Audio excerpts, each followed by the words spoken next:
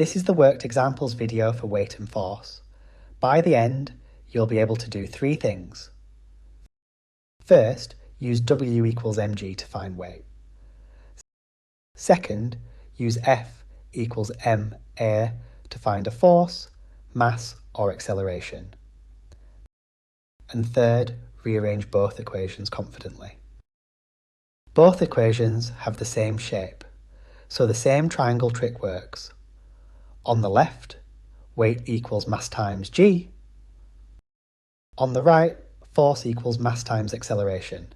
Identical layout. In each, cover the quantity you want, and the triangle shows whether to multiply or divide. Let's find a weight.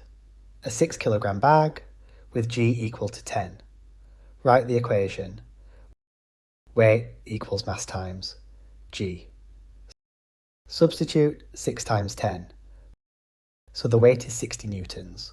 Notice weight is a force, so the unit is newtons, not kilograms. Now a force. A 1500 kilogram car accelerates at 2 meters per second squared.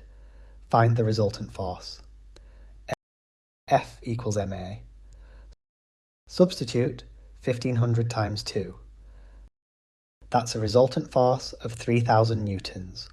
Equation, substitute, answer with a unit. Now it's your turn. Try these practice questions. Question 1.